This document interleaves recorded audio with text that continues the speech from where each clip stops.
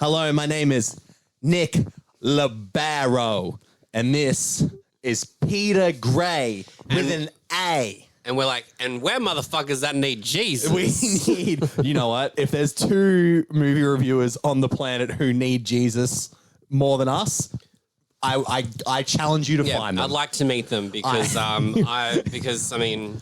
Well, you're a gay man, first of all, which is a sin. Yeah, it is a sin. You definitely need Jesus. But also the amount of people that have seen God through some of the things I've done. Where have they found God on you, Pete? Show me where they found Jesus on you. What a lovely entrance to... If only my hand had a hole in it.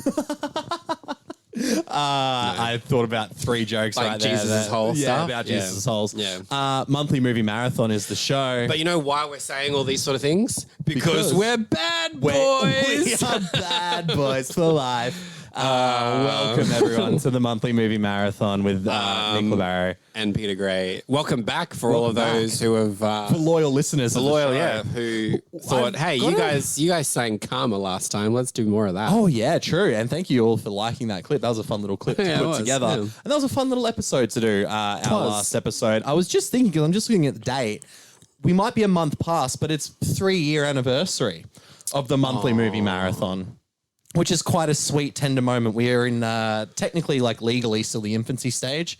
I mean, we probably shouldn't be talking about half the shit we're going to talk about in this episode today, but we do it because we love it, and we do it because we love you all here at the Monthly Movie Marathon, which is a show. What was the first movie we spoke about? The first episode of a Monthly Movie Marathon was Mortal Kombat, and the first one you ever did was Saw.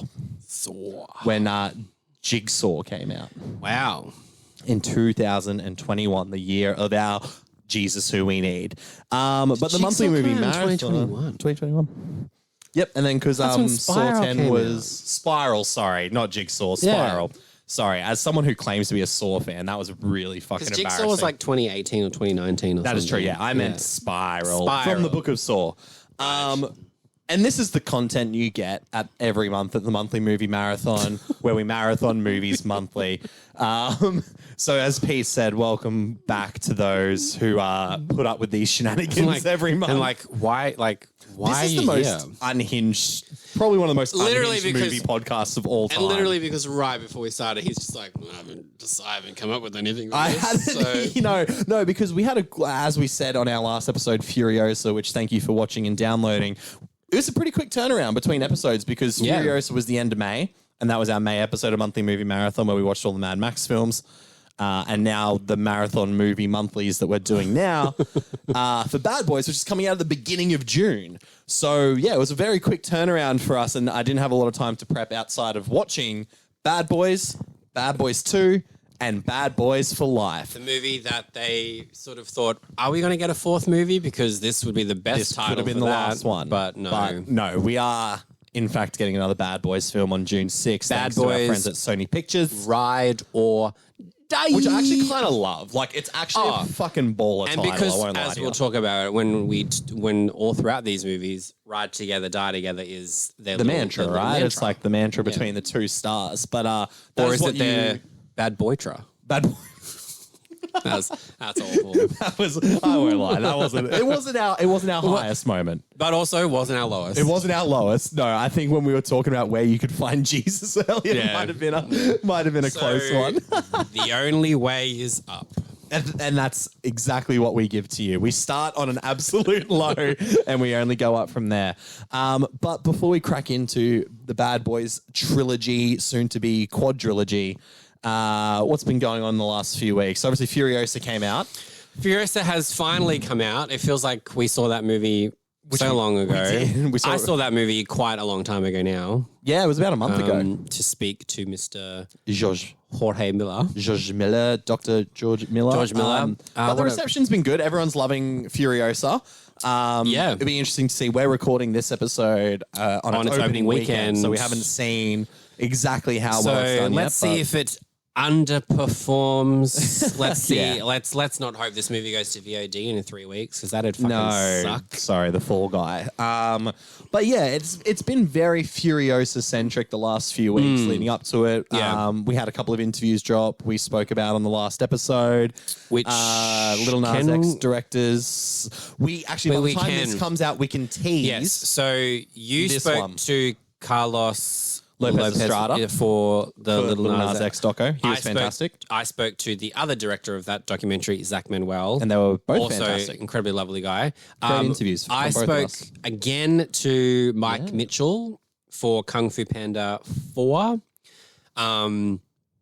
God, he's just the loveliest. He's a delight. He's a delight. And it was funny when we were speaking. He was like, "I've spoken to you before, Peter," and I was like, "Yes, you have, Mike." And he's like, "That's great." So that was a nice little chat. Yeah. And coming out in early June is a movie called The Watchers, and we can officially tease the fact we can. We can say that we both spoke to first-time filmmaker, writer, and director of The Watchers, Ishana Night Shyamalan, who is daughter of M. Night Shyamalan, which we haven't even spoke about our interviews to each other. No. She was fantastic. She was. I had a really great chat with her. Absolutely. And I said we both got 15 minutes with her too, so it was a really in-depth chat. And the same sort of thing where anybody who's involved in a horror production, a dark movie, they're always like the loveliest brightest people. Because we've both interviewed M. Night Shyamalan before, and he was lovely. He's lovely. He's very fun to talk to, incredibly nice, incredibly generous with his answers and time. And I've spoken to Apple does not fall far from the tree. No, and I've spoken to a lot of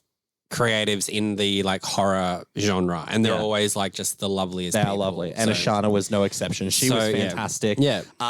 So the interviews for that will be coming out next week, and our reviews will be coming out for The Watchers next week as well. Much closer to the embargo date for that one. A couple of things embargoed for that. I spoke to the directors of The Test. I'm just going to say because I'm a big cricket fan. Yeah. The Test is a cricket documentary on Amazon Prime or on Prime Video.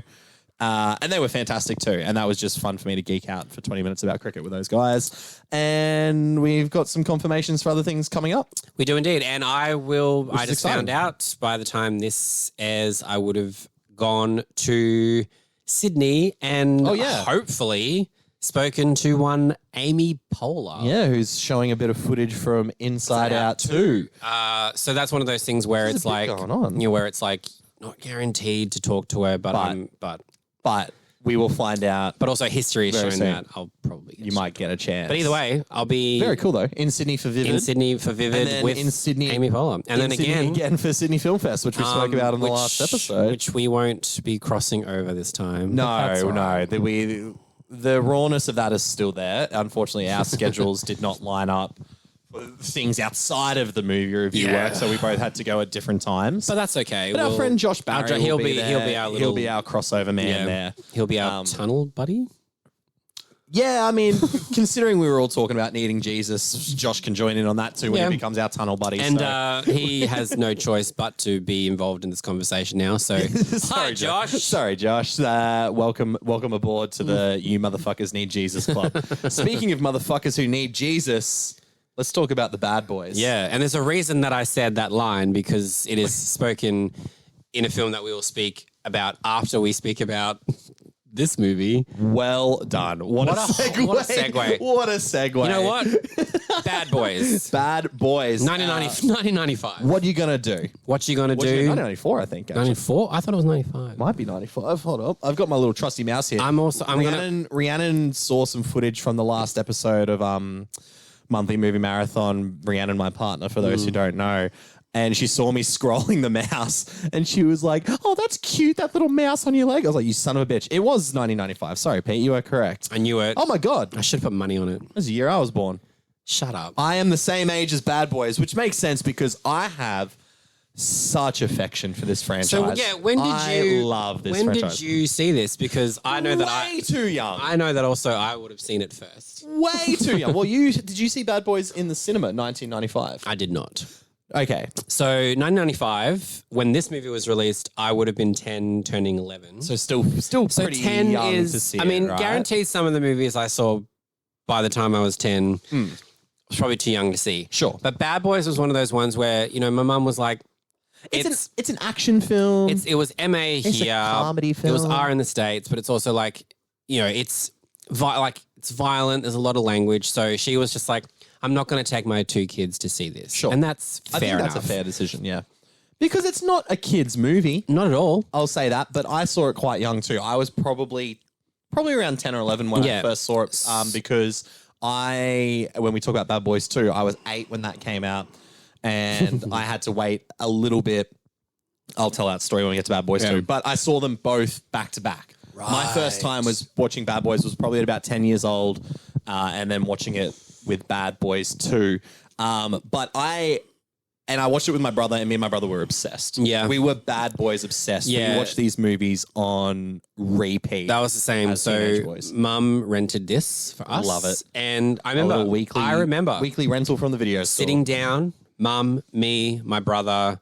Nice. We were watching Bad Boys, Nice. and my God, did we have Go a lot of fun? And and that's the key thing, right? Like I think for a teenage boy, Yeah. this is a very fun movie, and the reason for that is one Michael Bay, who made his film debut with this. Bad Boys, right? Are you fucking kidding me, Michael Bay? And you know what? It's funny because when we talk about it, that makes sense to me. There's things I see this like, okay, this is a first time feature filmmaker. And then you watch Bad Boys 2 and you're like, oh, you fucking come into your own. And like, also, they gave you far too much money for Bad Boys too. Considering one man's far too much money is another man's but also, just enough. but mainly considering the budget of Bad Boys. Oh, sure. The budget of Bad Boys is actually not as exorbitant. This is that a word? Actually, some would argue a low budget feature when I try and find it. It was like, I think it's like I think it's like $19 million or something. That seems about right. Yeah. Like that's pretty crazy, that's right? pretty low. But it made a shitload of money. It made a shit ton of money. But that's pretty low for what this movie achieved. And also, This is especially a pretty big scale action film. but also and at this point, it's funny, Martin Lawrence was the biggest name. yes. Yeah, this is very much like the beginning of Will Smith. So Martin Lawrence break into Hollywood. Martin Lawrence gets first credit. Yes, he does. He had the Arguably, the movie's about him. and he had like when the you he had think the about Martin sitcom, Yep. and he was known for like his stand up. Yep. And at this point, Will Smith has Fresh Prince has like just started. This was his sort of break into movies. So he had done before this. He had done 6 Degrees of Separation. Sure. And that movie. He got noticed from that because it was like a dramatic role. Right. He did, and it's funny. There's a story about the way that in this movie, I'll just quickly start. No, yeah, go. In this movie, he says him and Martin Lawrence to each other say that they love each other towards the end of the film. Yeah. And Michael Bay had a screaming match with Will Smith about. He was like, I want you to say this line. And Will Smith was adamant that he was not going to say, I love you to another man. Yeah, well, I mean, we've seen even in recent history that Will Smith definitely has masculinity issues. 6 Degrees of Separation, his character is gay. Right. And he refused to do a kissing scene. Yep, that somewhat lines up. Eventually, Michael Bay and Will Smith, so much just like back and forth, and Michael Bay just went, you know what? He just was like, do whatever the fuck you want. I'm done with this. Also, and then, shout out to Michael Bay for just being like first movie, arguably like Will Smith notable at least, and notable like big personality too, and just being like, fucking do it. But then he just was like, you know what? If you don't want to do it, I'm not going to keep fighting you. Yeah. And then Will Smith was like, oh, after rethinking it, I will say, like, do you know what though? I will say, don't make it difficult, Will, but also I like that exchange in the film. I actually like the exchange actually really works. That's the thing. When you look at in the context of it, I'm like, you're not saying like you love him, like you want to fuck him. No, 100%. It's two men who are just like, what we have been through together, like, God damn, I love you. But to me as well, like, behind the scenes shit aside, the context of it works in the film for me. Like a lot, like the fact that Marcus is always so, which we should say, sorry, Will Smith plays Mike Lowry. Martin Lawrence plays Marcus Burnett. They're both two Miami police, like drug enforcement officers. Marcus is the family man. He's got kids. Very got open with his emotions. Whereas Mike is the playboy who drives fast cars, fucks chicks, and shoots guns. Who doesn't think sharing emotions is a good thing. But that's the 90s, isn't it? That's the 90s. I mean, that's the mid 2000s. It is also him throughout each movie. But it anyway. Is. Oh, well, yeah. Until we get to one later on, which I love. But to me, that scene actually really works because it is Marcus, like his character, to be like, "I love you, man." Like I love you, man.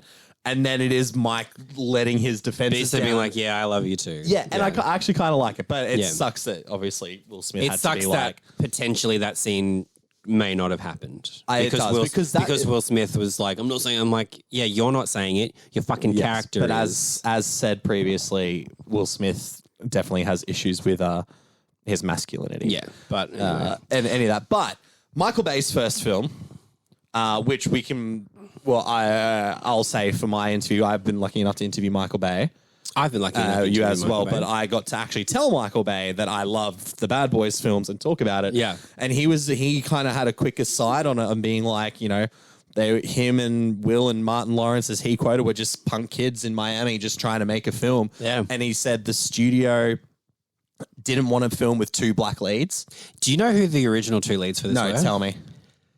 Arsenio Hall turned down the role of Marcus. He turned down one of them and he said it's the biggest mistake he's ever made. But you know what, Arsenio, thank you because I couldn't see. But because I love the chemistry between these two. I feel like the original, I know one actor for sure, and I feel like this is the other one. Yeah. They were clearly going for a much more comedic venture. Which is funny because this is a very funny movie. It's a funny movie. John Lovitz. I guess I love you. And I guess I love you. Chris Farley. Ah, yeah, okay. So they were just trying to make and it was originally called like Bulletproof Men or something. Like it was something else. So it started off with this idea of being that didn't happen. A much funnier film. That didn't happen. Because I can imagine it's sort of having remnants of the same plot. But it would just be, everything would just be like farcical. It'd be, the action wouldn't be as like genuine. The action wouldn't be like genuinely intense. Action moments. They would have amped up the comedy. I'm guessing there's those really like threatening scenes of like the bad guy in this, whose name I forget, but it's played by Shecky Cardio, who's fucking intense. Who's super intense, but then I don't think you would have got that then in the Chris Farley, and then also John I think Lovitz whoever version. was. So Julie, the love interest, I imagine it still probably would have been played by a beautiful woman to make that funny, to be like, oh, John Lovitz and Chris Farley. They're fighting over this hot chick. But I feel like that wouldn't have had the same effect, right? Yeah. Can I also say, I love Taylor Leone. Yes. And she's great in this. I hate that she's just not in things anymore. No.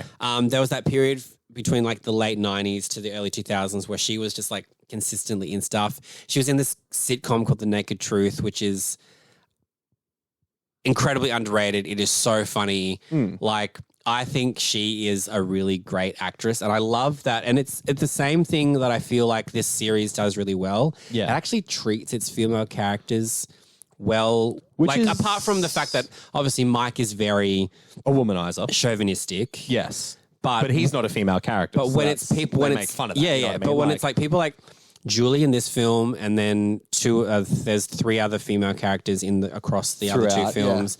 Yeah. And Marcus's wife, Teresa Randall, doesn't really get too much to do. No, but I really appreciate the fact that in a film that is just like testosterone driven, where it could have very easily been someone who is. That's right. And Karen Alexander is Maxie. Maxie is very much a character who has an aura of like that strong, independent black female. Well, it could have been very easily like, we'll just make her the eye candy and nothing else. And Taylor Leone is stunning in this film.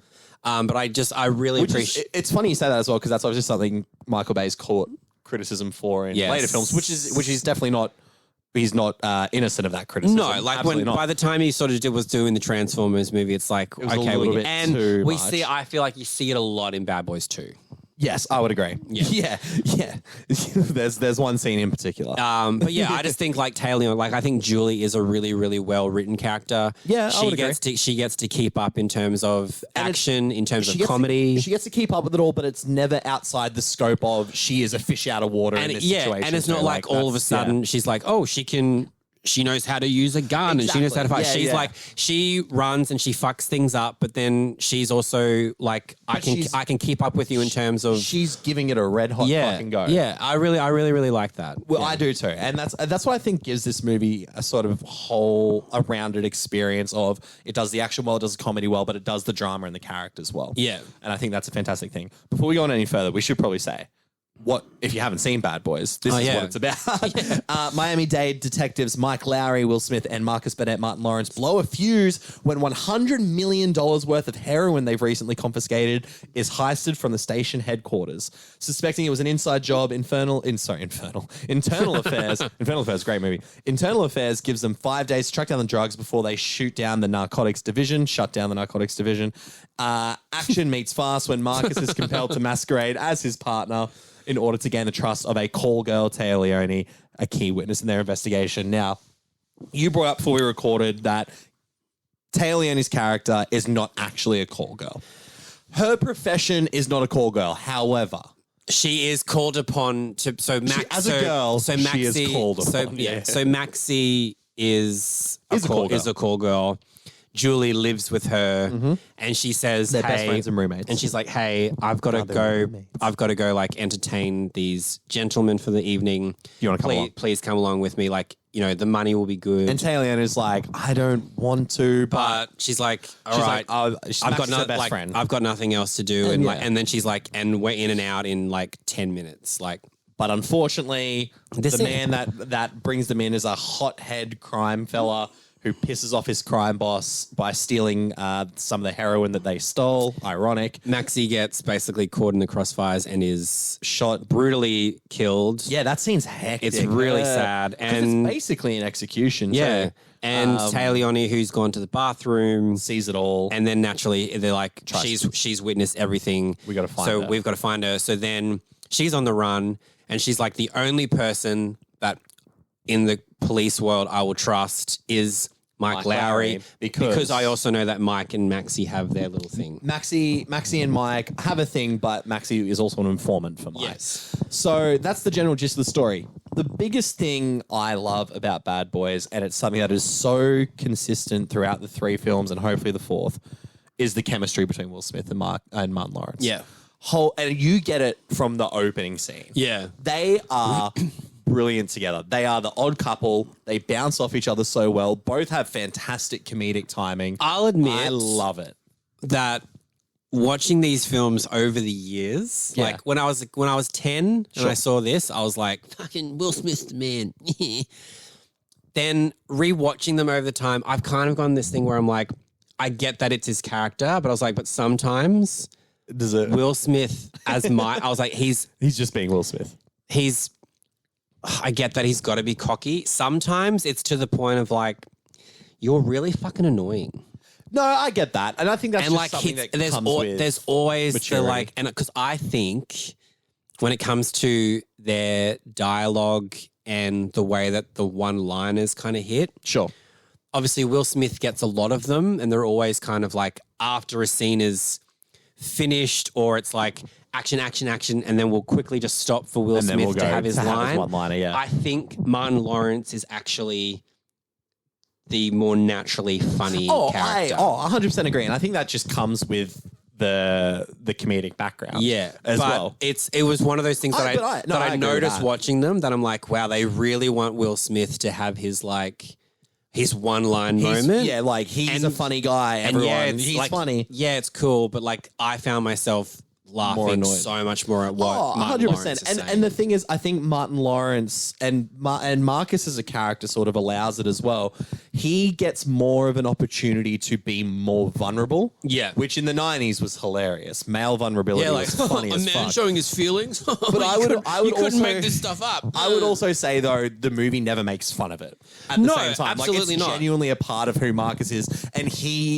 And it's throughout all three films. He is constantly battling with the fact that he is a very emotional man who works in a job that requires you to kind of sometimes shut off the emotions. And, where he's like, I don't see awful shit and kill people. I don't like putting violence out in the world, but I've got to do that because it's for my job. But also, he's good at his job. He's good at his job. Yeah. So, But I think even outside the comedy, just their chemistry is it's incredible. And you realize what makes the movie, and that's why this has lasted 30 almost 30 years next year. 30 years next year. Yeah. 4 films in 30 years. That's incredible.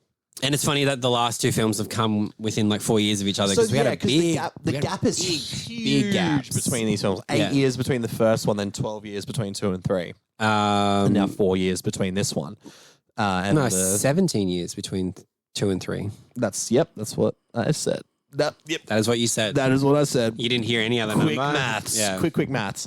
But they're fantastic. Their chemistry's great. And I feel like because the comedy's good and the action's really, really exciting, but Bad Boys 1 probably has like the lesser like intensity, like exhilarating action of the films together. Yeah. Which is Michael Bay also as a first-time filmmaker. Yeah, like he's like, and it's pretty great that it's like this is how you find your footing with something this something like explosive this, too, right? And then you see where Michael Bay went on to make, and you're like, yeah, this is where you start. And I feel like you really see it in Bad Boys 2. Oh shit, yeah. Bad Boys 2 is chaos personified. And it's like, it's very like Bad Boys, the first one is like just under 2 hours. Yes. Never really feels like there's like moments where it drags a little bit, but nothing ever feels completely unnecessary and over bloated. Bad Boys 2 is extremely bloated. Yeah. And before we go to Bad Boys 2, because I do want to bring up one more thing about Bad Boys 1, which we should also say, the structure's all over the place. 43% on Rotten Tomatoes. That was lower than I thought. 78 for audiences. That makes sense. That makes more sense. But a part of me can kind of see why it's 43. I'm not going to sit here and defend the quality. Yeah. I think Bad Boys is a refined space. I think because it's also like sort of stood the test of time within reason. Yeah, I would agree. 43 just feels like, maybe it should be a little too low. A little bit higher. If this was in the 60s, it'd make more sense. Yeah, but I could also I could put it probably like in the low. I'm not gonna shoot anyone down who's like, I didn't enjoy Bad Boys, because I'm like, I get it, because it is a very like it's in your face. It's in your face. It's a very like it's a very masculine driven movie. Yeah, 100%. So I can see some people being like, it's a bit too. But it's funny as well because it's a masculine movie that also then kind of takes the piss out of the masculinity of it as well. Yeah, like because Marcus is constantly being like, Mike, you're like a walking like stereotype. Yeah, and it's kind of great. And then making fun of it. And then he like completely leans into it. But it is quite funny to be like the one thing that we're making fun of is like kind of what we're doing. You are. Yeah, however, it works in the grand scheme of things because that is a central part of the narrative of Bad Boys for Life. Yes. Which we will get into. Yeah. The last thing I do want to bring up before we do move on to Bad Boys 2. Joe Pantoliano. I love him. Yeah. He's the chief. He's the chief at the Miami Police Department. He considers Mike and Marcus to be basically his like surrogate police officer children. Yeah. Like he loves them. But he's also like, he's like, you are just like, you constantly give me like migraines and he's like you're always just and shit. And like I tell you not to blow shit up and then you fucking go and blow shit up. Yeah. But the way Joe Pantoliano plays this character. Yeah. And the ability to have for us as an audience to see how much rage is inside and only let it out in these tiny bursts is very funny. He is another consistent of the franchise. He is great in all three fucking movies. He's so great. And also, if you've never seen Baby's Day Out with Joe Pantoliano, please see it. I can't say I have. It's a kids movie, but it's one of those like 90s kids movies where it's like, oh, this is kind of like close to like Home Alone, where it's like this is like really quite. There's like a little bit like too much, a little bit of sinisterness to it. Great time out of the movie. So but he is another consistent of the franchise, but again, he's funny, very funny. But here's a lot of the emotional core of the film. He is the one who's giving the talks to Mike and Marcus throughout the film, being like, like this is shit work, but this is why we do it. This is why we have to stick together doing it. And then there's so many scenes where I'm like, oh, Joey, Captain Howard.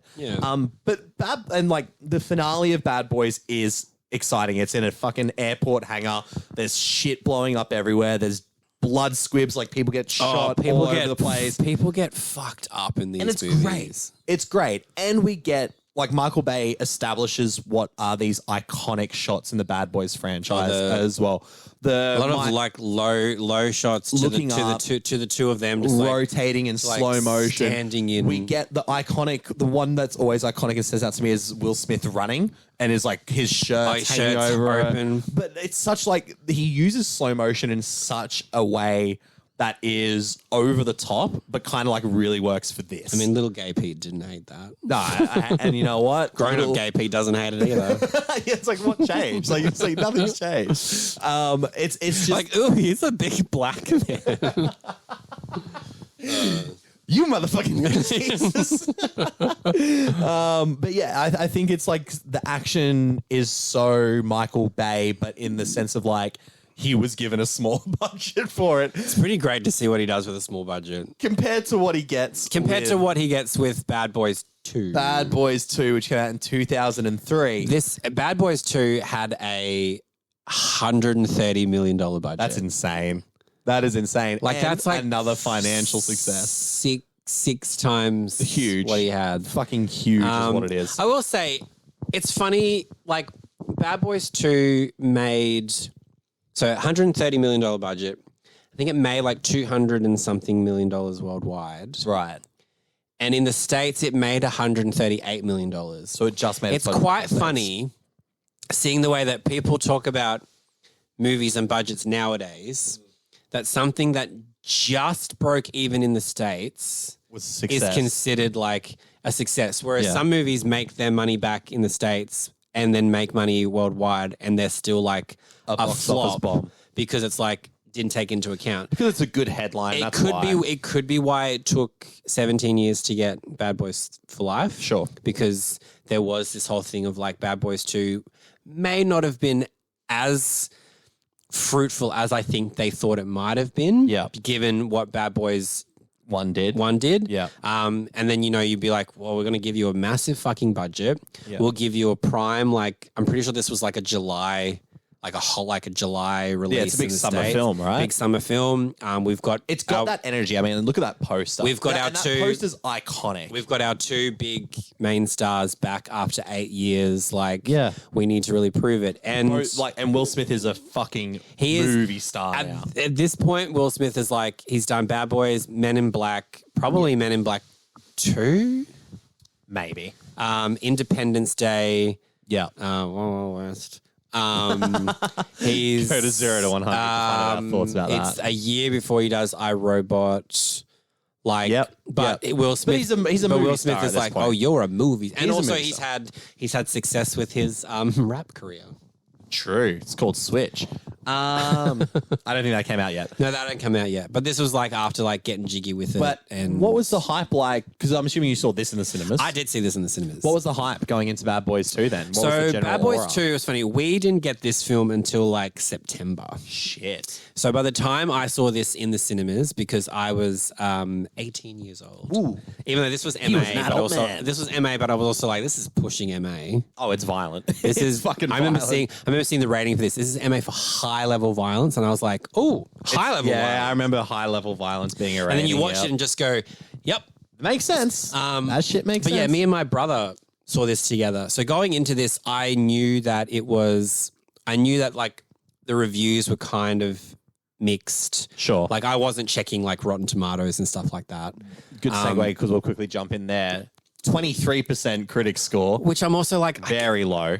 Low, but also I'm like, I get that. Especially if you were on the fence for Bad Boys 1. Bad Boys 2 doesn't help. Not going to win you in. Because this is just like, oh, we'll just go like hard out on everything. This is the literal definition of excess. Yeah. It is excess in action, is like comedy, drugs. You guys haven't been like given any sort of like parameters. No one's rating you. 78%, which is the same score as Bad Boys 1. Yeah, so I get that. And as a fan, I would say it's a weird dichotomy for Bad Boys and Bad Boys 2. Yeah. Because arguably I would say Bad Boys is probably like the better film structurally. This is the most exciting fucking action film I may have seen when I was like 10 years old. Yeah. This was so out of control that I was like, you can do this? Yeah. And I had a lot of fun with it. And watching it recently, still had a lot of fun I'm the with it. same. Rewatching it, I was like, I think I messaged you about it, and I just went. I was like, I forgot just how. Like, I remember action scenes from this movie. Yeah, but then I was like, I just forgot how like that shit insane and went, and how there were just so many set pieces. Oh, and like I was like the cut because I was like, there's a scene in this film where they're shooting cars, like cars that are on the back of a truck are getting shot. This is the highway chase. Yeah. So there's the highway chase. Which is probably one of the best car chases in cinema history. And then in my mind, I was like, there's the highway chase, and then there's the dead body chase. There's the highway chase, and there's the dead body chase. Just in my mind was there's also a smaller chase before that. Yeah. Where they cause a massive pile up of cars. Yeah. But in my mind, I was like, the dead body chase and the car chase were one big thing. No, two separate scenes. They are two separate scenes. Two separate scenes. And then we have the favela chase. And the dead body scene is also probably why this film is high level violence. This is probably the reason it almost was R18. Before we get into that, Bad Boys 2. 2003. So yeah, 23% critics, 78% audience. The drug ecstasy is flowing into Miami and the police want it stopped. Ecstasy. Police detectives Marcus Burnett and his partner Mike Lowry are just the men to do it. They track the drugs to a Cuban smuggler, Johnny Tapia, who is played by Geordie Moller, who is, if you thought Old Mate from the first film was a psycho, holy shit, the intensity from Geordie Moller is out of control. Who is also involved in a bloody war with Russian and Haitian mobsters. If that isn't bad enough, there's tension between the two cops because Lowry is romantically involved with Burnett's sister Sid. Gabrielle Union is in this film. She's so stunning. She is so hot. Like, I don't want to be like a leery, creepy guy being like, oh, she's hot. She is stunning. And also, even Rhiannon, who wasn't watching this with me but was in the room, was like, oh shit, Gabrielle Union's hot. And I was like, she's hot. And also, I'm just gonna. This is my like little name drop, but like when I went to TIFF, I spoke to Gabrielle Union. Yeah.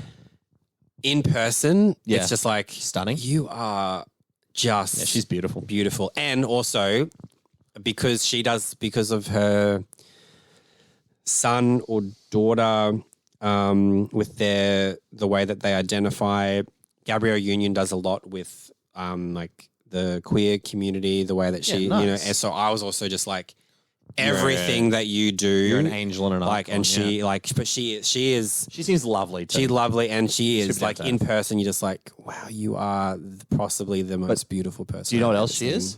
She's a fucking great actress. She's a fucking badass bitch in this too. Yeah. Holy shit. Sid is also not only romantically involved with Mike Lowry. But also she's an FBI agent. DEA? Is she DEA? She's either DEA or FBI. She's one of them. Yeah. Because everyone's in this film. FBI, DEA, CIA, Miami-Dade. As we talked about it, they're just like, the drug ecstasy is flowing. There's Cuban smugglers. He's also in a war with Russian. And then also, if that isn't bad enough, there's Mike Lowry's romance with Sid. There's a lot going on. Who's involved in all of the drug stuff because she's undercut. Like there's a lot going on. But she is badass in this film. She does get, I will admit, she does get one line that I hate. Which is? Well, we'll talk about it towards the end. Okay. Because it's towards the end. It's towards the end? Okay. Yeah.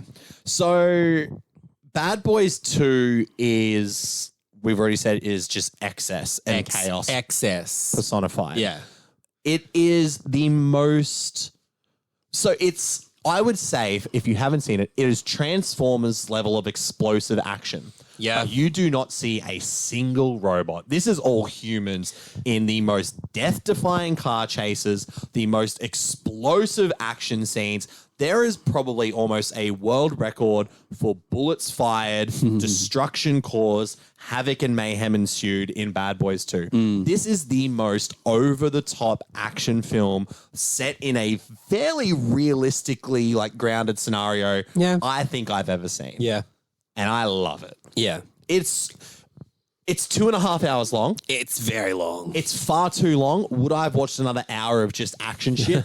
Probably. There is the thing that I think rewatching it, I was like, yeah, okay, this is very long. It's Michael Bay at his best and worst. A lot of the action scenes, I'm like, yeah, a lot of these action scenes are exciting. And I'm like, I could have watched extended versions of all this action stuff. I think the thing to me that could have been trimmed down or completely taken out. Yeah. And I hate that it's him because I think he's an incredible actor and he plays villains so well. Yeah. But Peter Stormare. His character actually doesn't need to be in this film. He doesn't add a lot. He's sort of a middleman for the ecstasy, He comes in initially and it feels like he's going to be like the big bad of the movie. Even though we see Johnny Tapia with him as well.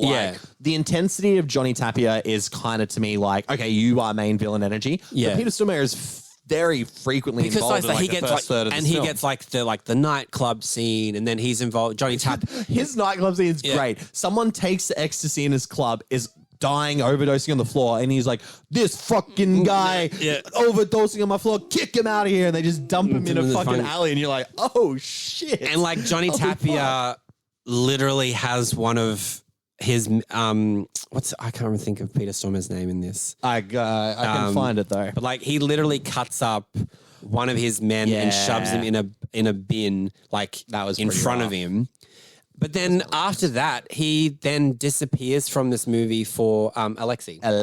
He disappears from this movie for a really long time. A very long time. And then he comes back into it and it's like, so I feel like they could have easily, whatever sort of Alexei kind of needed to be in terms of the drug deal, I feel like it could have just been slightly tweaked to just be part of Hector's that story, Geordie Moller's, because that thing. That's when I realized just how excessive and extended this movie is, because Alexei ultimately was like, you don't need you are not needed in this film. No, and it was just a case of I also love Peter Stormare as well. That's the thing.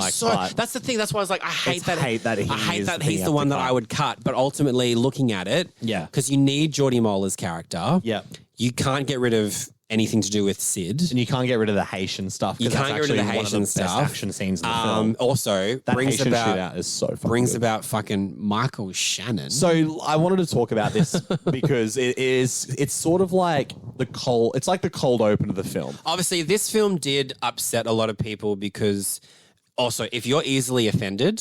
Oh, this is not a movie for you. This is not the movie for you because they say the N-word just openly. And they're characters that Martin Lawrence and Will Smith are allowed to. They're black guys, right? And then Michael Shannon. It's in the first film. And Michael Shannon's character is a full-on Ku Klux Klan racist. Yes, let's talk about that. Yeah. So it's like the cold open of the film. We're seeing sort of how the ecstasy's made, and we're seeing how the ecstasy's transported, and it just happens to be transported to a Ku Klux Klan meeting. Yeah. Burning cross, white hoods, the whole 9 yards. And it also just happens to be a sting that the Miami police are... It's a great reveal. I love this opening scene. The reveal of Martin Lawrence and Will Smith taking the hoods off, coming out of the white robes. And you get the classic Michael Bay shot from below. Yeah. So it's so dramatic. Holding the two guns. Holding the two guns, which professionals that completely debunked to be it is really fucking impossible to hold two guns and fire them as well. But it doesn't matter because guess what? They're bad boys. But then there's also a case of we get that and then we get the little comedic payoff of them singing Bad Boys, which is a joke in the first film. It's a joke in the film. Martin Lawrence doesn't know the words to Bad Boys. But it's just funny when you watch that and you realize in real life there's no music. Yeah. These two guys have jumped out of their hoods quite quickly because it wouldn't happen in slow motion. And then just start singing. Let's just say that. Two black guys at a Ku Klux Klan. Who then just start singing at people. Bad boys, what you gonna do? And then Martin Lawrence goes, That's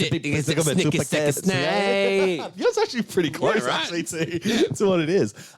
What a wild way to open the film. And then, you've got Michael Shannon and his Klan buddies dropping the N-word like it's no one's business. Yeah. Massive shootout that involves Henry Rollins and his team of Special Forces guys. But the sort of the emotional arc of the film begins here because Martin Lawrence gets shot in the ass, gets shot in the bum by Will Smith accidentally, of course. But he takes that as like this job is dangerous for me. Like I could get shot at any moment. Yeah, like you almost I was shot by my partner. Yeah, like that's what happened. And Will Smith, Mike doesn't realize he's shot him. No. He's like, who shot you in the ass? He's like, you did. I was shot in the ass. That's and then, the scene. But then it brings about that scene, which is the Jesus scene. The Jesus scene. And it's like, and it's funny that you think, oh, did you have no problems doing that scene, Will Smith? Because it's very homophobic. It's a very homosexual innuendo. And it's like, I said every fucking syllable of homosexual. It's very. I'm like, all right, Nick. So it's very homosexual. We're allowed to have one scene in this heterosexual movie. taking it back for the gays and bad boys too. They go to this AV store because they want to look at a tape that they found, and then they sit in like what can only be described as like the display room where where it's like the cameras are set he's up. Like, here's your giant TV and here's your surround here's sound. What it would and look here's like. What you think. It's very 2003. And because there's porn on the initial tape, the workers are freaking out trying to change it over, and they accidentally broadcast this conversation in the whole store, which is just all innuendo of Martin Lawrence, like, my ass hurts so much since what you did to it. And then Will Smith is just like, you know that I get kind of buck wild with that sort of stuff. That's one of my favorite ones. Like, he's like, hey, and then everyone in the shop is Martin like, Lawrence is like, he's like, I can't even get an erection anymore, mate. And then Will Smith is like, we need boundaries, like that word. Here's a little box, and we're gonna put that word in the box. And then you've got gay people in the store going, he is just trying to open his heart out to that man, and he's not so brave. And then they walk out and realize, which by the way is a very, very early 2000s hetero males perspective of what two gay men must be like. The stereotype of gay men. I know that if I saw that, I would just be like, oh, he's pouring his heart. I'd be like, this shit's fucking hilarious. Would you just go like, this is gay? I was like, you guys are gay. But then they walk out realizing, oh shit, like everyone's heard this conversation. Yes. And then there's this African American woman who's just like, you got me up in here listening to this freaky homo shit. She's got her kids listening to this freaky homo shit, and then she's like, you two motherfuckers need Jesus. And then she's like, and then she's like, cover your ears, baby. After she said everything, I won't lie. When she says the freaky homo shit line, like I laughed a lot. It's just so. It is just very much. And I'll be like, I'll allow it.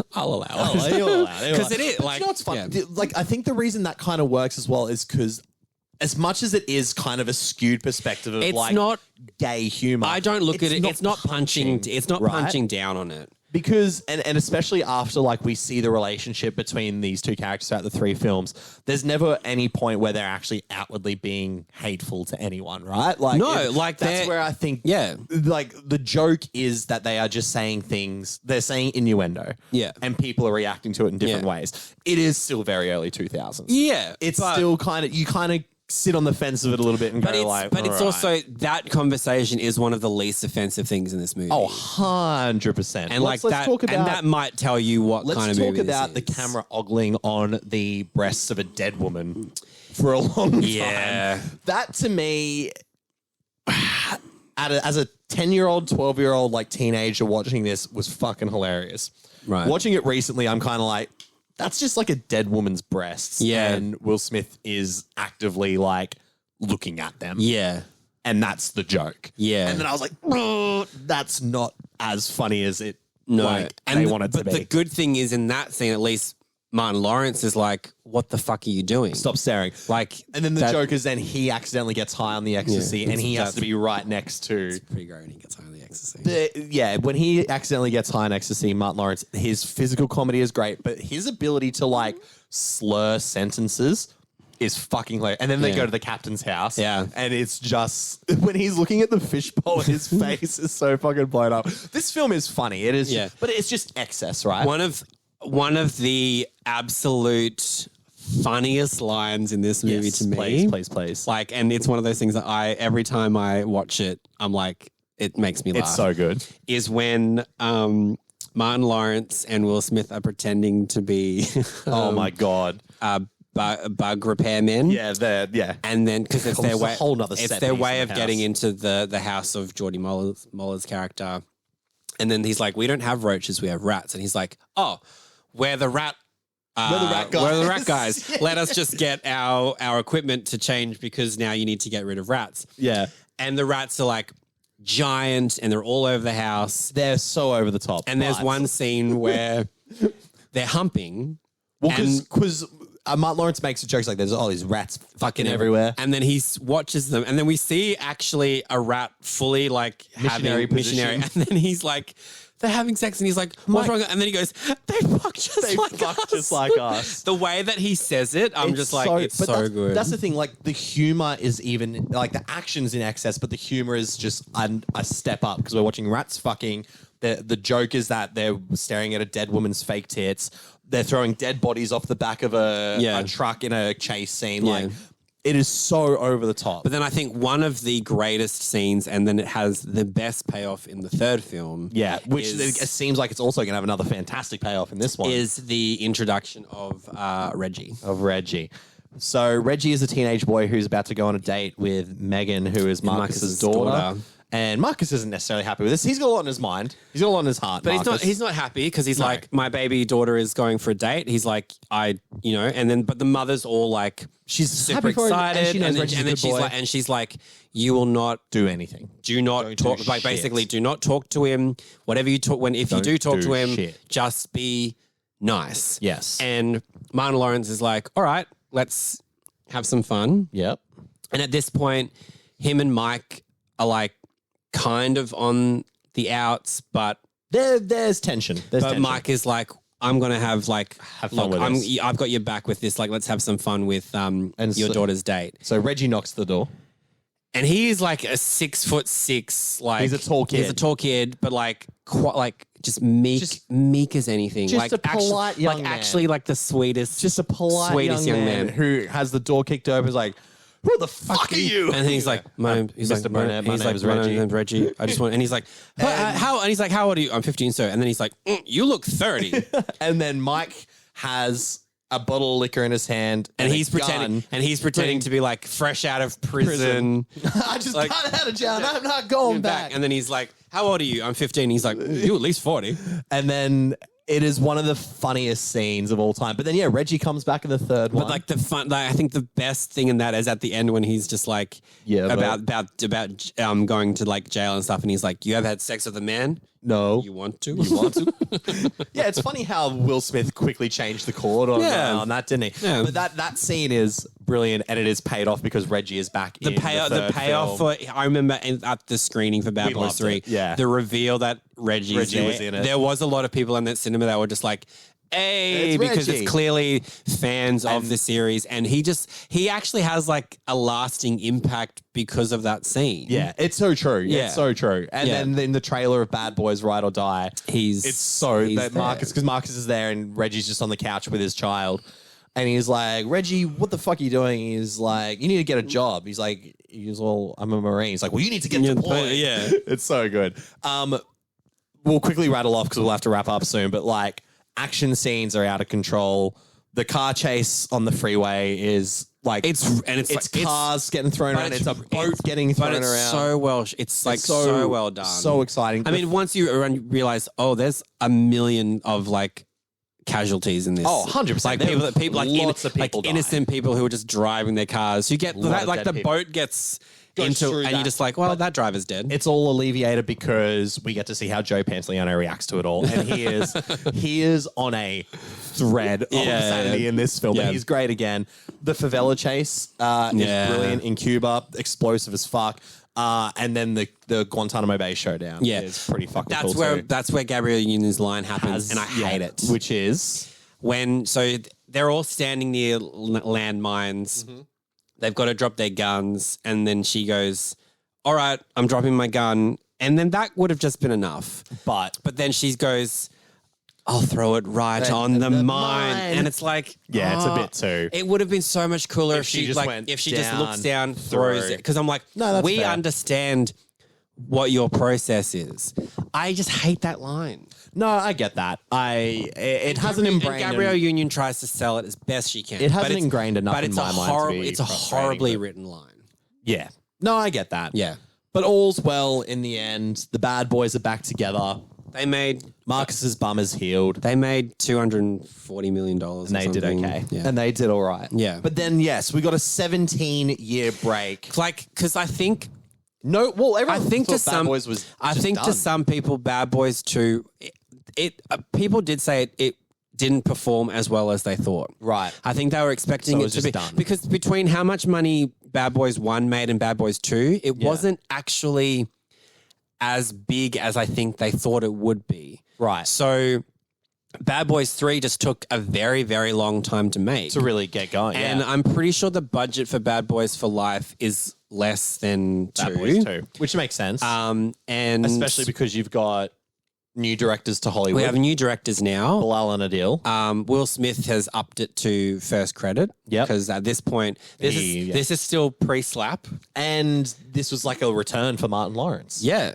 Martin Lawrence hadn't really done too many movies, or whatever he had done hadn't done very well. But what we did get was Bad Boys for Life. And what else we got was the highest grossing film of 2020. It's crazy to think that third film in a series, the third film is the highest rated critically at 76%. Yep. It's the highest rated audience at 96%. Rightfully so. It made $400 and something million. So it's the highest grossing of the series. Yep. And then because this opened 3 months before the world went into lockdown, it stayed as like the highest grossing film of 2020. Was Sonic was number 1, I believe, and then this, or it might have been this. I feel like this might have done it because it actually had a full theatrical run. That's why. When this opened, COVID was not really like on anyone's radar yet. Yeah. This opened like January 2020. As we got Sonic, Invisible Man, Man, sort of was affected. Birds of Prey. And then like Bloodshot kind of had the effect of it. Release and then went away. And then A Quiet Place was what we were meant to see, and then obviously that didn't happen, and then the world just stopped. But that's crazy. That's crazy to think that a legacy sequel 17 years later with 2 actors who, like, yes, Will Smith was as big as he was, but he also a lot of the films. This was probably a risk for him because a lot of the films he had done hadn't really paid off. Gemini Man. Like Gemini Man underperformed very much so. Like £7 was Focus didn't do well. Didn't like Focus. I like Focus, but Focus didn't perform as well. Collateral Beauty was just a fucking colossal misfire. Remember when he up in A Winter's Tale as well? Awful. But yeah, so this was probably like, wow, Will Smith really This is probably him just trying to be like, look, I need to come back to something. And what a fucking payoff! Because Pete, I don't think it's controversial to say, this is my favorite Bad Boys film. Yeah, I fucking love. Like it's really, really crazy to think like that third, and it's like maybe it was the injection of new directors, Adil and Bilal, this was their first Hollywood film. They'd done a few films before that, but they did direct the Batgirl movie that never came out. Yeah, they did a few episodes of Miss Marvel, which were great. Yeah, and they have the return for Bad Boys Ride or Die. So that's exciting that they're coming back for this one because. Yeah. I think their energetic, their energy and their enthusiasm for dynamic direction, and I feel like Bad Boys for Life takes like the best parts of Bad Boys and the best parts of Bad Boys 2 and then sort of just kind of like went, all right, we still need to like fine tune this. Yeah, for sure. Because like this film, yes, it has a little bit of excess, but it's all very contained. It has a bit of excess too because story-wise as well, because it kind of, the big narrative thing here is that the movie also identifies the fact that this is 17 years later. Yeah. And the bad boys aren't necessarily like the bad boys of 2020. Yeah. There's cooler, hotter, younger police officers out there. Like Will Smith still thinks he's the shit. Yes. And Martin Lawrence is like, we're not at all. No. And he's basically Martin Lawrence is like on the edge of like I'm retiring. going to retire. And he's like, and it's okay that we're not like the hot shit anymore. Yes. And we have this new team, Ammo, who are like a special tactical squad. And they've got like all of the weapons, all of the tech. Charles Melton, Vanessa Hudson. And Alexander Ludwig. Who hot, young, and cool. And, you know, like Vanessa Hudgens is like, it's such an honor to be working with you, with the Bad Boys. Alexander Ludwig, who is a like just a giant man, but he's very quiet. He's the passive one. He's very, the tech guy. Yeah, well, I mean, he's passive until and the rage opens up. Right? And Charles Melton is just like he's like the hothead. But but that's why him and Mike clash so much because Mike is like, "Fuck, you're me," and I hate this. Charles Melton is essentially like the really cocky young version, ripped guy. He's great in this as well. By the way, and also every time I see Charles Melton on face, I'm just like, your cheek structure is insane. He does have cheeks that don't quit. He's very, very on attractive. His face. But if you see May December, true. Actually, but he's not returning for Bad Boys Ride or Die. Oh, pity. Better than us, but Ludwig and Vanessa Hudgens are. But Bad Boys for Life. The wife and son of a Mexican drug lord embark on a vengeful quest to kill all those involved in his trial and imprisonment, including Miami detective Mike Lowry. When Mike gets wounded, which is an intense scene, he teams up with his partner Marcus Burnett and Ammo, a special tactical squad, to bring the culprits to justice. But the old school wisecracking cops must soon learn to get along with their new elite counterparts if they are to take down the vicious cartel that threatens their lives. So Mike is directly involved with this woman, Isabel Aretas, and she is fantastic. She is a psych. Her opening scene, where she stabs a prison guard, is horrifying. Yeah. So it's got that Bad Boys 2 brutality to it, right? And it's funny that it's like this film has a few like battling storylines, but these come together in a much more cohesive way than Bad Boys 2 did. I'll tell you what. The twist got me when I first saw it. Yeah? The fact that, spoiler alert if you haven't seen it, there's a big emotional investment from who do we say it was? So Rita. So is it Isabel? Isabel? I can't. No, she's further up. Yeah, where was she? Yeah. Oh yeah, Isabel. So Isabel and her son Armando. She's like, I want you to kill all of these people, and it's never like specifically stated like why. But and then she's like, but what you will do is you'll save Mike Lowry for last. She's like, I want him to see all of these people die.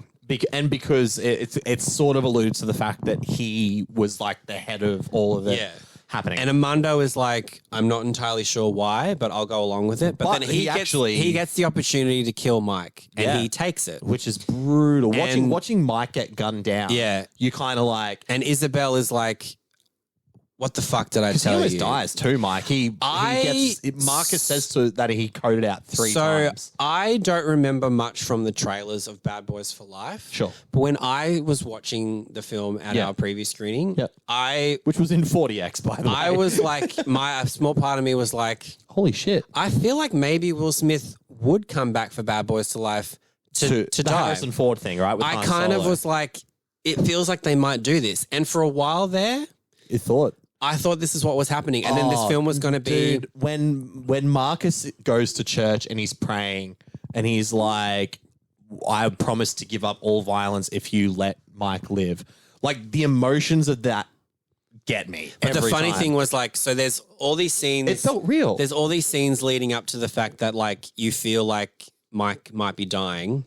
Yeah. And then it cuts to and then it cuts to them, everyone looking quite somber at They're all what you dressed assume up is a too. funeral scene. As soon as that scene happened, I was like, he hasn't fucking died. No, he's I was alive. like, I know this scene is an absolute fake out. And it is because it's for the wedding of... I'm a fucking idiot. Yeah. No, as soon as that scene happened, I was like, I get sucked... and this movie especially, I got suckered into the emotional side of all of it. Yeah. Because what I love as well is that, like we were saying, this is a movie that understands that there's 17 years have passed to these guys and they're not necessarily like the bad boys they were. And Mike is struggling with that. And that brings even more tension to his relationship with Marcus. And it's like watching two brothers fight. Like, it's kind of like they're on such different wavelengths of where they are in their career. Even though it's like that thing where Mike is like, oh, I fucking probably know Marcus is right. Oh, and that's why it's great. Yeah. That's why it's so he's like, good. because in his mind, he's like, but yeah, this is a really dangerous job. Yeah. And Bulletproof Mike actually doesn't exist anymore because you got gunned down, dude. And then he sees these young kids, and as much as he doesn't want to like admit that they're the future, he knows that they are. Then he has his relationship with Kate. I believe it's Kate. Yeah, I think it's Kate. Rita, who is another police officer, and she's like the head of ammo, and you get that they have previously had a relationship and it didn't work out, but she still is very much like cares for him. Yeah. And then there's the reveal of Isabel and Armando, and the whole movie you're sort of still wondering like why she's so obsessed with like and making... then it kind of starts to reveal that like, you know, Mike and Isabel met at a certain point in their life, and she was like admitting, she like opened up to him about her she kind of informed as well, like her life of crime. Yeah. And Mike was like, he's like, Mike Lowry, like she's like, he didn't exist. I was like, she made Mike Lowry. Yeah. And then you realize Armando is Mike's son, which floored me when I first saw it. Absolutely floored me. And yeah, he's like, again, because I'm an idiot, but like I get so I'm the type of person who gets so suckered into the story of movies that if I'm really enjoying it, I don't want to try and figure out what's happening. Yeah, okay. So when that reveal happened, I remember being in the cinema and also being a big, just like a diehard Bad Boys fan, being like, no, so that was like scandal. I kind of picked it up when they're fighting and he looks into his eyes. Yeah. For me, I was like, what does that mean? In the back of my mind, I was just like, oh, it'll be his son. But I'm an idiot, so and I love it. But but it's like it's a good emotional arc for Mike, who's also has this emotional arc with Marcus. I think it's a good emotional arc because Mike seems to be so like anti-family, anti-wife, anti-kid, and then you realize this whole time, and then that cuts him down. It brings out, you know, towards the end of the film, and the end of the film, that whole action sequence in this dilapidated house mansion is fucking incredible. Holy shit. If you're talking about like the energy of Adil and Bilal and that dynamic direction they bring, this fucking last action scene is out of control good. It is brutal, it is violent, it is explosive. The camera work when it flips up and it looks like she's walking on like the roof. So fucking good. It's so good. I will be watching this again before Ride or Die. Like, it is so fucking good. But then it makes that ending just that much more because Armando is like, I know that I need to kill Mike. I still don't know why. Yeah. And then he's like, Isabel, tell him. And she's just like, it doesn't matter. And then he's like, is he my father? And then she's like, yeah, he is. And then Armando is like, I love it. What the fuck? Like, why didn't you tell me? And then he's also like, I don't want to kill my dad. And especially because I don't know what he's done still. Yeah, he's like, for all I know, like, now that you've lied to me my whole life, like about who my dad is, are you lying about what he's doing? So Armando can't kill Mike. He also won't kill Isabel. Mike won't kill Isabel. And Isabel won't kill Mike because she wants Armando to kill Mike. Yeah. So we just leave it up to Vanessa Hudgens to kill. But then it's a case of Isabel. But then it's a case of Isabel goes to shoot Mike. Armando is in front. She accidentally kills Armando. Yeah, which is hectic. So then she's just like in that moment of like, oh my God, what have I done? Hectic. And then Vanessa Hudgens is like, fuck this bitch, and shoots, bang, bang. You know.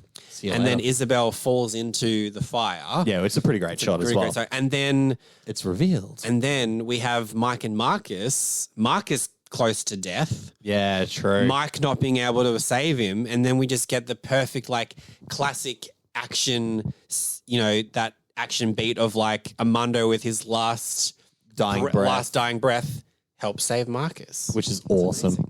I love it.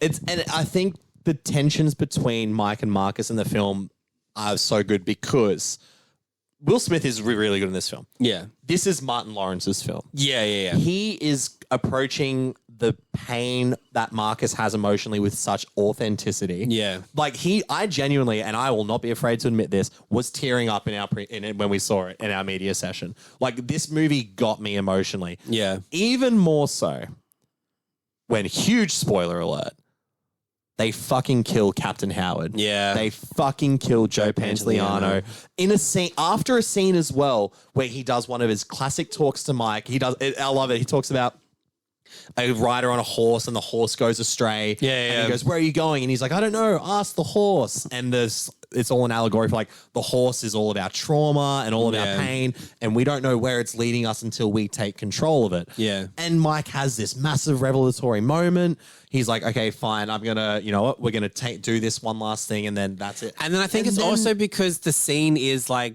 Captain Howard and Mike talking at a kids' baseball game, like Captain Howard's daughter's is it either baseball or basketball. But yeah, so it's like this very like open. They're walking to the cars and they're just like, "Okay, bye. I'll see you. We'll have a barbecue Sunday." There's no lead like, up to it. Like some scenes in films, like when people are walking or talking and the way that things are shot or the way that things are said, you're just like, a part of you is like, no, you like that car's gonna like they're gonna get in the car and it's gonna blow up. Like you just sense something's gonna happen. Not this one. Scene. Yeah, he literally just goes, "All right, bye," and then he's still in the in the frame. Will Smith is still in the frame. Yep. Leaving Joe Pantoliano bullet to the neck, and it's just like it's so sudden. It's so sudden. And the effect that has on Mike and Marcus is incredible. And there's even a point in this film where Joe Pantoliano talks about the fact that he sees Mike and Marcus like his own kids. Yeah. As well. So you kind of go, fucking hell. Now, and then Mike and Marcus, who have probably never really admitted it, will probably looked at Captain Howard as like a father figure. Yeah. Because he's sort of, and then that's like case of like. Who's killed by Armando, by the way. Yeah. So now it's also like, we've got to like, and so it's like, we just got to have to do something. We have to put all of our shit. And Marcus then goes, "Okay, I will bring violence into the world." He prays again. He's like, "I'm just going to do this one last thing, God." Because as they say, we ride together. We die together. Yeah. Bad boys for life. God, I love the action. I quickly want to mention as well, because we didn't Bad Boys 2, the Haitian shootout. Oh, it's fucking incredible, by the way. Yeah. But there's so much energy in the direction from Adil and Bilal. It's fantastic. I think the script is brilliant for this film. My only worry, well, no, I guess a little bit of a worry for Bad Boys Ride or Die is like, I don't necessarily want Mike and Marcus to just keep going in this cycle of like, I want to retire. No, you don't. Like, I don't want that to be because we've done 3 films of it. Because I'm like, Marcus, either fucking retire, or just get used to the fact that this will be the job you die in. To me as well, that if that is the case, at least from what the trailers pointed out, is that it would be like there is a genuine reason he would get pulled back in. Yeah, and that's because we see a post-mortem tape from Captain Howard that says there's so much corruption that has blah, blah, blah. But like, that's my only thing is like, I just don't want their characters to just in this being the cycle of like, and Mike be like, I think as well, Bad Boys Ride or Die is shaping up to be the shortest Bad Boys. So I think it's an hour 50. I mean, and I'm not mad at. But it's kind of funny that like it's the shortest movie at an hour 50. So it's that's still like a decent length. But I love this trilogy. I think it's a brilliant trilogy. It's not without its flaws. These aren't perfect films. Oh, God, no. Like, we look at it and be like, not without its flaws. Because, like, 23%, that checks out for Bad Boys. It does check out. But then at the same time, I think Bad Boys for Life is my favorite because of what is set up in Bad Boys 1 and 2. Like, I know Bad Boys for Life doesn't work unless I love Bad Boys 1 and 2, which means there's merit to be had there. Yeah. I'm excited for Bad Boys Ride or Die. Yeah. I cannot wait. Yeah. I'm very excited. But that is the Bad Boys trilogy. Yeah. Bad Boys. What you gonna do? What you gonna do when they come for you? Stick. Definitely check these movies out and then check out Bad Boys Ride or Die June 6th at your local movie at your local Cineplex. Thanks to Sony Pictures. But that is the June episode of Monthly Movie Marathon done. Now we do have a July episode, but we're not revealing it just yet. I think I have definitely retreated back. Yeah, it's Yeah. I've moved a bit too far forward midway through the episode, but I'm okay. I'm still very comfortable. Propped. It's just a relaxing show. It's a show that just puts us to sleep. Tis, replied Aunt Hilda. We do have a movie selected for July, but we're not going to reveal it just yet. No, we are not. Because it is that time of year again. Midway through the year, hey, it's Q&A special time. So at the end of June, how good, there will be another Q&A special of the monthly movie marathon, which means keep an eye out on our socials, nicksflicksfix on Instagram and X. Rated PDG on Instagram and X. You'll see where we put up, where you can ask any questions you want. Ask us all the questions. It can be movie questions. It can be podcast questions. It can be anything questions. We usually talk about anything and everything. We have revealed a lot. Certain things. A lot. And go back and listen to the other Q&A episodes because they're really fun. They are a lot of fun. So that is the next episode of Monthly Movie Marathon. That'll be coming out at the end of June, where we will then reveal what our July episode is. July, it'll be fun. I think July's a really fun one. It'll be fun. But yes, Nick's Flicks Fix, rated PDG, NovaStreamNetwork.com, AUReview.com. Check out our shit. Until next time, though, we have one thing to say.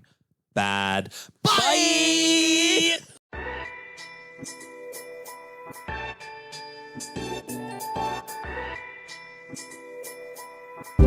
Bye.